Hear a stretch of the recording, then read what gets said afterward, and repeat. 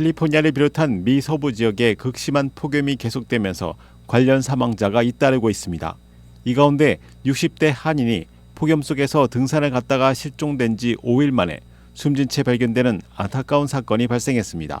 리버사이드 카운티 셰리프국에 따르면 샌디에고 인근 출라비스타에 거주하는 한인 김한태 씨가 10일 리버사이드 카운티 팜스프링스와 카바존 사이의 화이트워터 지역 스노우크릭 협곡에서 사망한 채 발견됐습니다. 셰리프국은 지난 7일 김 씨에 대한 실종 신고가 접수됐으며 당시 그는 아이들와일드에서 북동쪽으로 약 2마일 떨어진 플러리지의 험준한 산악지대에서 등반을 하다 연락이 끊겼다고 전해졌습니다.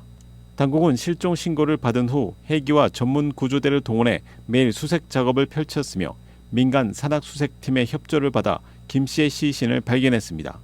리버사이드 카운티 검시국은 김 씨의 구체적인 사망 원인이나 부상 여부는 아직 공개되지 않았으나 셰리프국은 김 씨의 사망이 범죄와 관련이 없다고 밝혔습니다.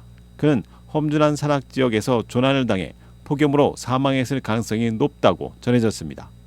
김 씨가 실종된 리버사이드 카운티와 인근 지역에서는 이번 주 내내 낮 기온이 최고 100도를 넘어 110도에 이르는 살인적인 폭염이 계속되고 있다고 현지 매체들은 전했습니다. 윈TV 뉴스 투데이입니다. 한국경찰청은 15일 미국 켄터키주와 한 켄터키주 운전면허 상호 인정 약정을 체결했다고 발표했습니다. 이 약정은 22일부터 발효되며 이에 따라 합법적인 미국 체류 자격을 가진 한국 운전면허증 소지자는 별도의 시험 없이 켄터키주 운전면허증 클래스 D로 교환받을 수 있습니다. 해당되는 한국 운전면허증 종류는 1종 대형, 특수, 보통 면허 및 2종 보통 면허입니다. 반대로 한국에 합법적으로 체류하고 외국인 등록을 마친 켄터키주 운전면허증 클래스 D 소지자도 별도의 필기 및 기능시험 없이 적성검사만으로 한국 운전면허증 제2종 보통면허를 취득할 수 있습니다. 경찰청은 2022년부터 외교부와 협력하여 켄터키주와 운전면허 상호인정 약정을 추진해왔습니다. 이는 국내 기업이 국제화 추세에 맞춰 재외 국민을 지원하기 위한 노력의 일환입니다. 현재 켄터키주에는 약 12,000여 명의 재외 국민이 거주하고 있으며 켄터키주는 한국과 운전면허 상호인정 약정을 맺은 미국의 26번째 주가 되었습니다. 윤희근 경찰청장은 이번 약정은 켄터키주에 진출한 우리 기업 관계자들의 편익을 증대시키고 양국 간 우호 증진에 기여할 것으로 기대된다고 밝혔습니다. 윈TV 뉴스 투데이입니다. 연례 매키노 레이스에서 폭풍이 몇몇 팀에 피해를 줬지만 한 팀은 새로운 기록을 세우는데 강력한 남풍을 동반한 폭풍에 도움을 받은 것으로 알려졌습니다. 시카고를 출발한 팀 매버릭은 22시간 24분 23초 만에 매키노 섬에 도착해 22년 전 세운 이전 기록을 1시간 이상 단축했습니다. 토요일 밤의 폭풍으로 인해 매키노 레이스에 참가한 3척의 요트들이 손상됐습니다. 시카고 요트클럽에 따르면 요트들은 마스트가 부러졌지만 다행히도 부상자는 없었다고 합니다. 매키노 레이스는 세계에서 가장 긴 연례 담수 레이스입니다. 이 레이스의 길이는 시카고 네이비 피어에서 미시간주 매키노 섬 근처의 라운드 아일랜드 채널까지 333마일입니다. 전 세계에서 250척 이상의 요트들과 2,100명의 선수가 이 레이스에 참가했습니다. 첫 번째 매키노 레이스는 1898년에 열렸습니다. 윈TV 뉴스투데이입니다. 샌프란시스코 공항에서 아메리칸 항공 여객기가 12일 화재로 인해 승객들이 대피하는 사건이 발생했습니다. 지역 언론에 따르면 해당 여객기 2045편은 마이애미로 향할 예정이었습니다.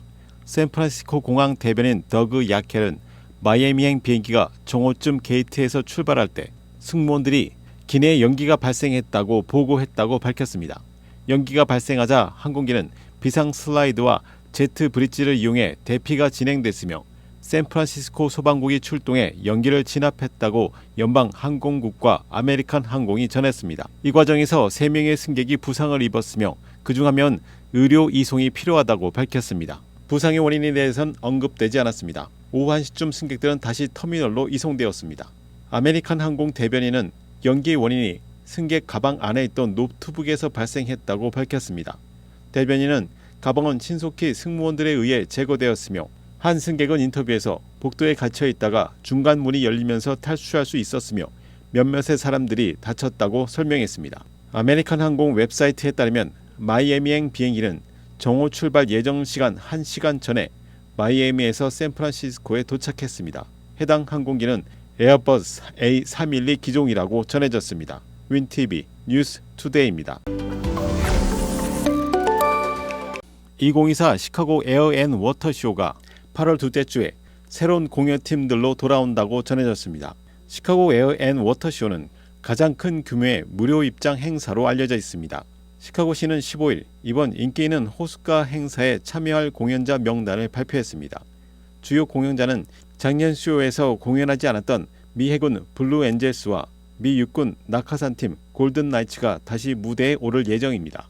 블루 엔젤스는 1946년에 처음 비행한 미국에서 가장 오래된 시범 비행 중대로 유명합니다.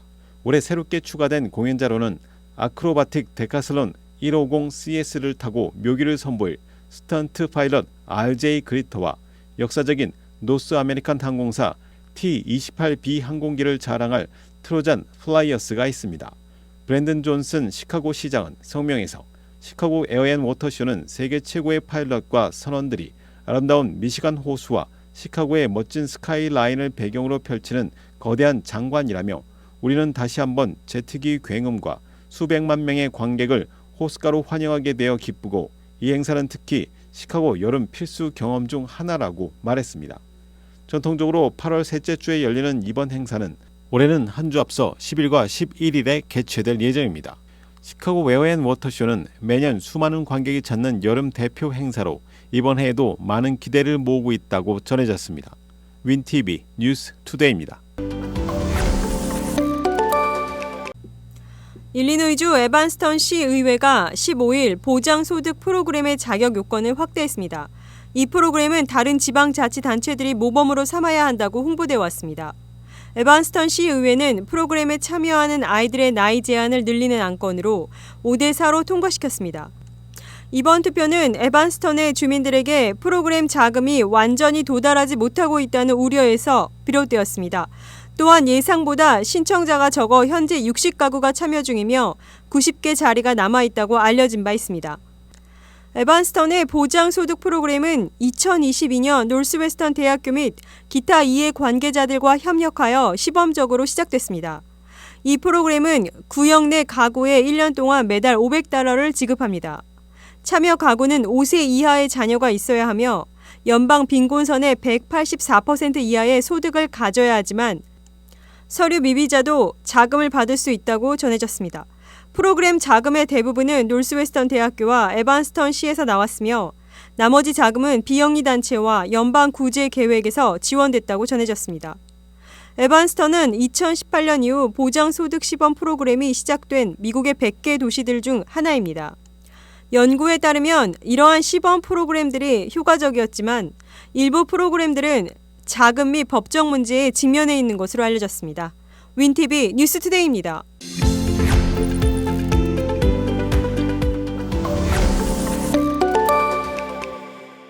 시카고 한인동포 일간지 한국일보는 전자신문으로도 배포됩니다. 시카고 한국일보 무료 신문은 가까운 한인식당이나 마켓에서 볼 수 있습니다.